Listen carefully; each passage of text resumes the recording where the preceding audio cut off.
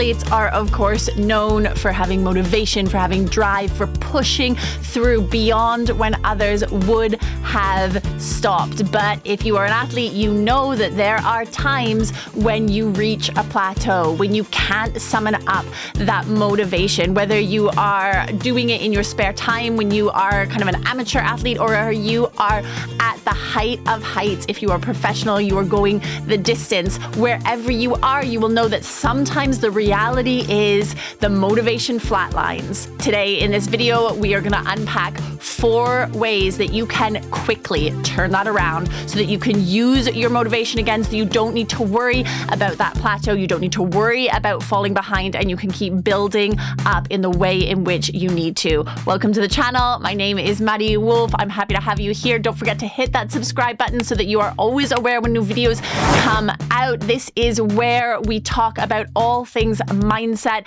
and today we are specifically talking to athletes. So this is for you if you are someone who is dedicating your life, or at least this chapter of your life, to an athletic pursuit. Now, we are already in a category of elitism, right? Like, there is a mentality, a mindset that you are already familiar with that has gotten you to this point, wherever you are on your journey in the athletic sphere. What I want to talk today is about the very real fact of the loss of motivation. Now, anybody who is a high achiever, who is putting themselves out there, knows the importance of that motivation. And in fact, you may already describe yourself as someone who is highly motivated, but that doesn't shield you from those dips in motivation. And that is just a reality of life. We as humans, all right, the fact of the matter is, as humans, we are lazy by nature. So you already know that you have to fight against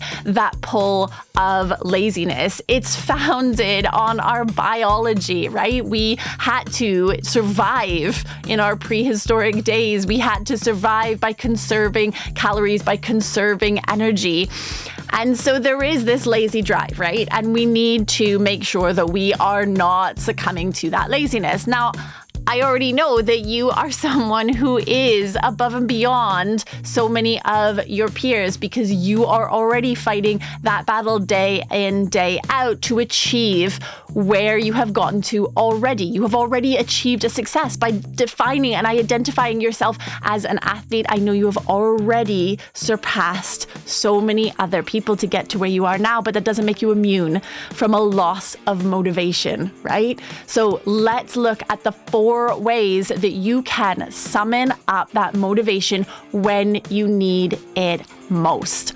Way number 1. I love this because actually we so often forget about using this as a tool. So you know that in order to get anywhere in life, you have to set goals. And you've probably been someone who has set goals for yourself all along your journey. You've set short-term goals, you've set mid-term goals, and you've set long-term goals. But when we have a dip in motivation, we need to use that goals. And in fact, we need to do something that I call re-goaling. So we need to just take a moment and regroup and make sure that our goals are clear in sight. Now, the problem that a lot of people get trapped behind is that they've had the same goals for a long time. And especially if you are on that narrow pathway, if you are training every day, you have your goals that you have set already, and you have your short-term goals, your mid-term goals, and your long-term goals, and they are your focus. And I know that they are. So if you're saying to me now, no, it's not about that, I know what my goals are, okay,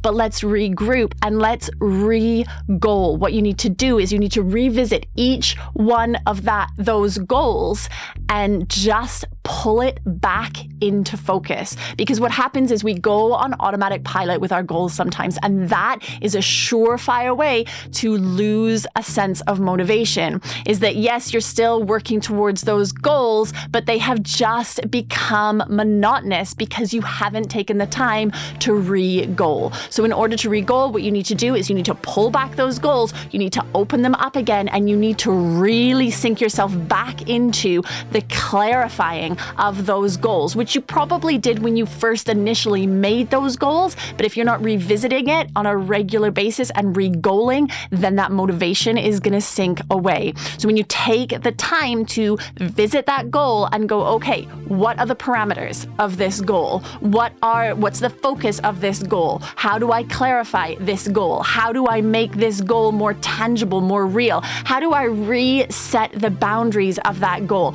Do I need to? Is it time to change the distance to that goal, to change the time frame of that goal, bring that goal back into focus? That is how we re-goal. And when you have done that with one of your goals, you will begin to feel that surge of motivation again. It just reawakes your motivational drive. So that's thing number one, is re-goal. Number two is check in with your accountability. Now, if you have a coach who is being that accountability partner for you, or you've got a teammate, or you've got someone who is serving that role, tie back in with them. Because if you have dropped in your motivation, then chances are you are not feeling that connection. Now, that may be you, it may be them, who's to say, but you need to make sure that connection is reinvigorated. Sometimes, and I have seen this, that someone drops out in their motivation and they start doubting that accountability, or they start doubting the voice of their coach or their person, their partner, whoever it is that is pulling them on that journey. You need to reconnect.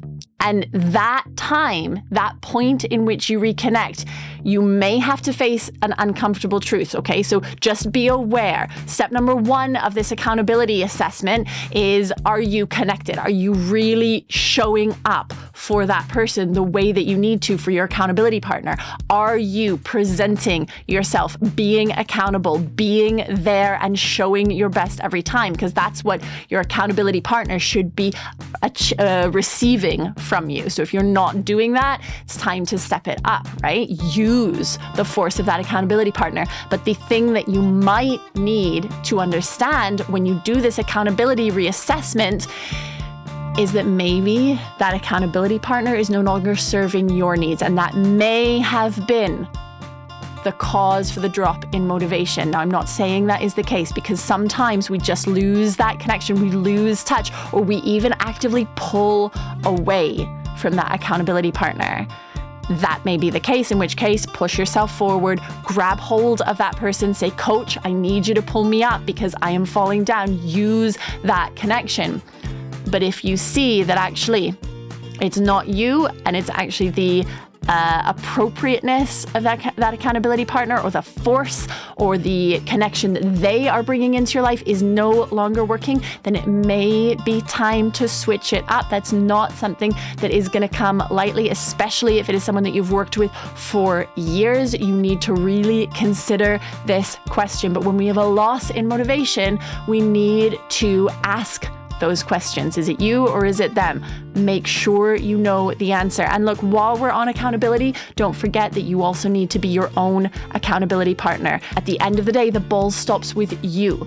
So make sure that you are being your own accountability partner as well. If you're interested in how we make these connections, of having that strong accountability partner, if you've decided that actually you need to switch it up, you need to bring in someone new, then do check out some of my other resources, because it is a really important relationship, possibly the most important relationship you can have on your journey to achieving your goals.